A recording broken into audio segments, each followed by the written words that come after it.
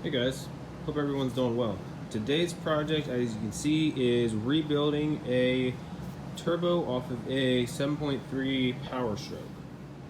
This particular turbo was off of I believe a 97, but the 94 through 97 turbos were all the same. So this video will include all those turbos and even the Super Duty 7.3s, so the 99 to 03s.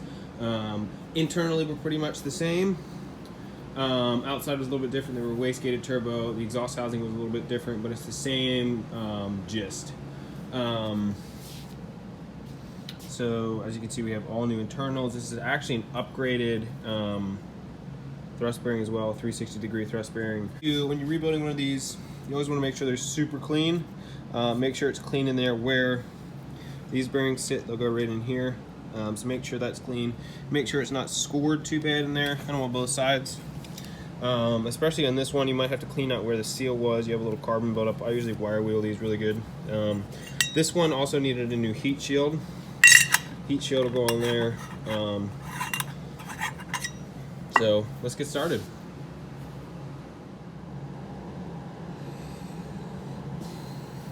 All right, so the first thing we're gonna do is we're gonna install our oil seal. I don't know if you guys can see that or not. And you always want to make sure everything is oiled really well and clean. I usually like to kind of hit everything with a little bit of compressed air. Oil everything really well. If I can get my oil gun to work here. There we go. A little oil on that guy. Make sure it goes the whole way around there on the ring. It's really important to oil this stuff, especially if you want to get the maximum amount of life out of your turbo. Because obviously when you take one of these apart, all the oil drains out of it. So when you first start the truck back up, it's gonna take, especially if it's cold, it's gonna take a minute for the oil to get up there. So if you don't oil any of this stuff, it's gonna be spinning in there dry, which will wreck it real quick. So you wanna make sure that's on there and seated. It'll be pretty loose, but that's normal. So the next thing we're gonna do is we're gonna install our first bearing. So oil that up real good.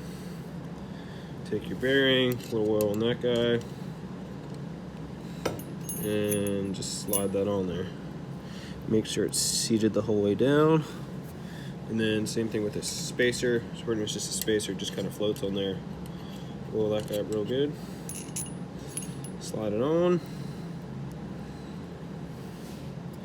We're gonna hit this last bearing. Oil that guy up real good. Slide it on.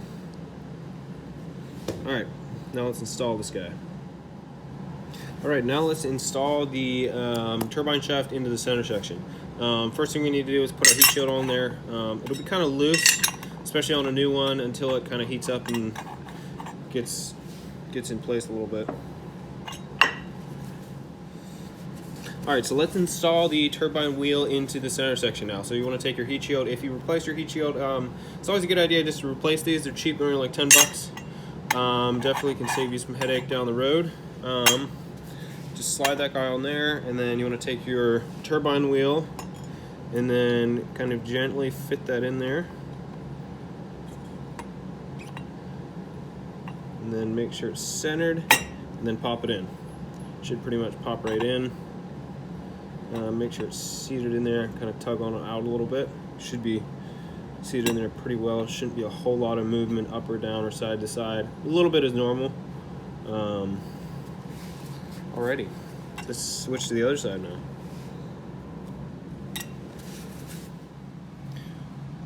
Alright, so the next thing you're going to want to do is install the oil seal on the front.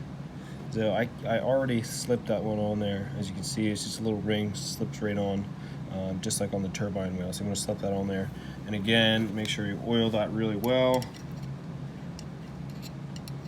Kind of oil that whole thing up real good. Get some oil in those little oil sprayers. Oil that really well. Get some oil down there.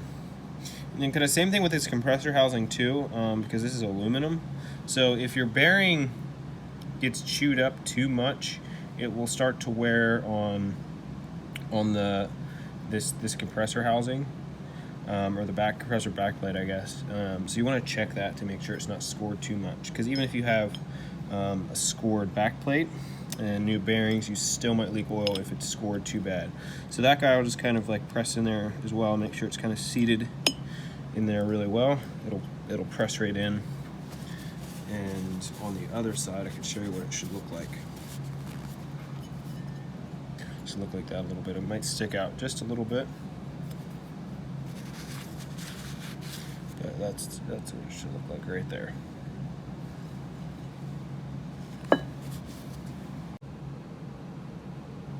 Alright guys, so the next thing we're going to do is we're going to install this brass bearing that'll get installed right in there like this.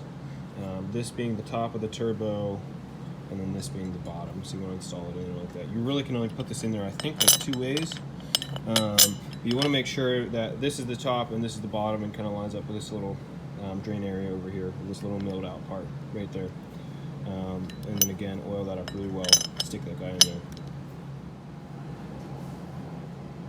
Don't forget to put your seal in as well. Make sure the groove is cleaned out really well so that seal sits in there. This is an older style. Alright, after you have your seal installed, you're going to want to take your other piece of your spacer here, and then that's just going to slide right on the shaft. A little dab of oil on that guy, and that'll slide on right here, and it'll fit back in there. And then make sure that's seated on there well. It should be pretty much flush with that. Now ready to install our compressor housing backplate.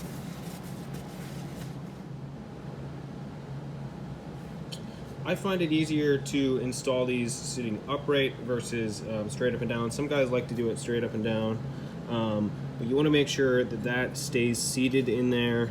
That brass thrust bearing. Oops, try not to break it. Also, I forgot to mention, make sure those grooves, the deeper grooves, there are some little grooves on this one.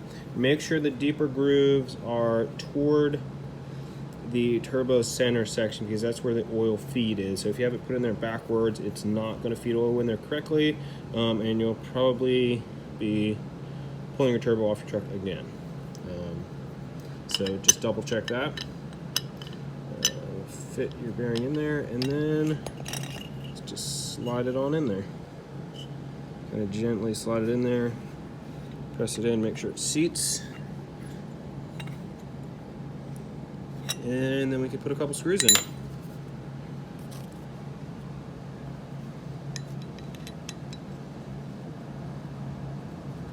Some people like to put Loctite on these screws, and I have done that in the past. I'm not going to on this one. This truck isn't going to be making any crazy power. He's just running some stage 1 injectors, so nothing too crazy. Just as long as the bolts are torqued down to spec, you should be all good to go. Alright guys, now that you got your bolts snugged down, and the compressor housing backplate is seated with the center section of the turbo, we're going to want to torque these bolts down, torque these 4 bolts down. Torque specs on these, I believe, is 15 to 17 foot-pounds. Is what I like to do is, before jumping right to like 17, I'll set my torque wrench for like 10 foot-pounds, and then go in a cross pattern just to make sure everything is seated properly, kind of do a torque sequence. So we're going to hit it with 10 foot-pounds first, and just do a little cross pattern on these guys. Okay, there's 10 foot-pounds. It is really important to make sure these are torqued down to spec, because if something isn't seated right in there, you could wear on your bearings a weird way. That's never a fun time. So now we're going to set our torque wrench to 17 foot-pounds.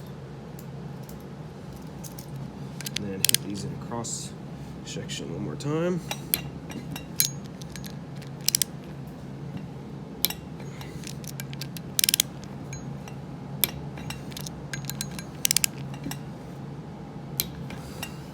And I always like to hit my bolts one more time, just to make sure. It never hurts, it's not going to hurt anything.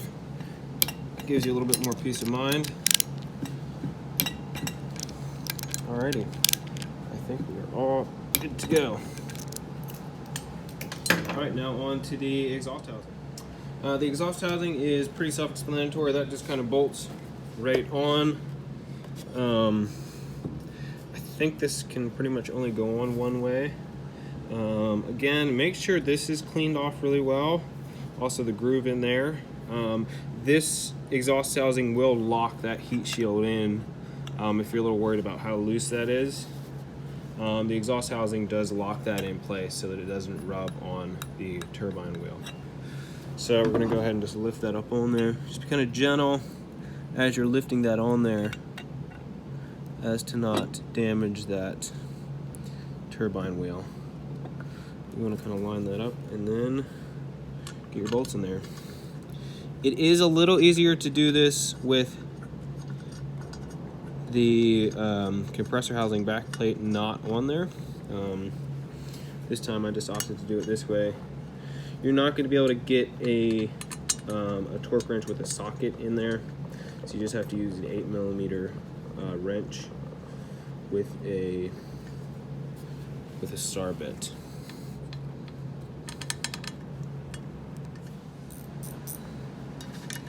I'm gonna cheat and use a little ratcheting wrench. And I kind of like to do the same thing with the exhaust housing bolts as I did with the compressor backplate bolts, and just kind of do a crisscross pattern on these, kind of snug them up, and then go around and tighten them down. You don't have to bear down on these, but you do want to make sure they are pretty snug. You could potentially have an exhaust leak there, which would result in a loss of power.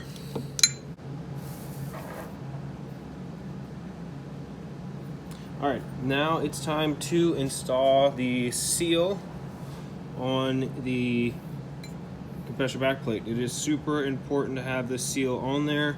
I think a lot of people kind of forget that it's on there, and when they rebuild these turbos, they do not replace this seal, which can cause a lack of power. It's kind of hidden back in there. You don't even really think about it, but make sure you have a new seal on there. Next thing we're going to do is install our compressor wheel. This is not a stock wheel. This is an upgraded Wicked Wheel 2. So you get a little bit better spool. You'll be able to get a little bit higher of a boost number. And this wheel also does prevent against surging. Just slide that little guy on there, and then you're going to want to torque this down to 10 foot-pounds. Now it will slide on there pretty hard. You'll probably have to ratchet it on there. All right, once your wheel is snugged down, you're going to want to take it and torque that to 10 foot-pounds.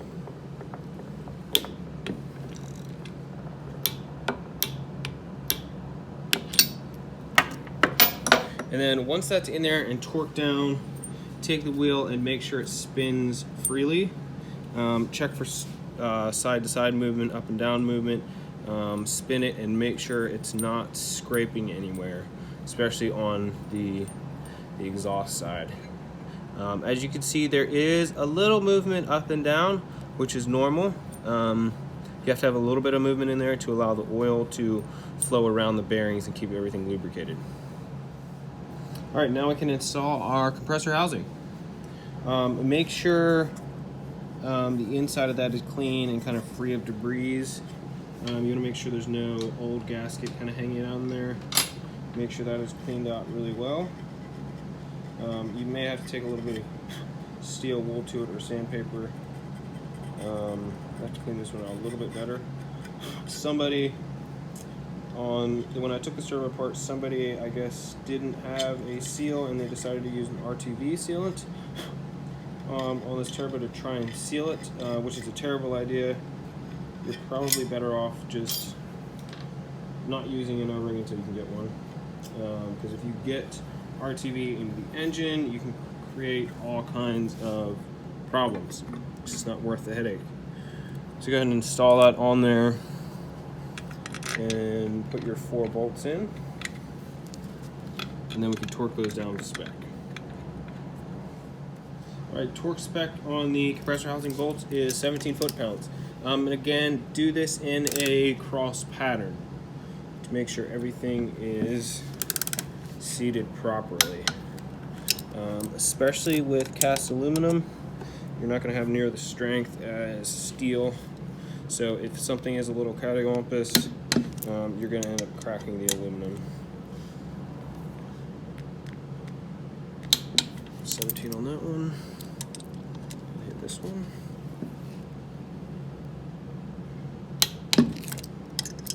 And again, check all these twice just to make sure.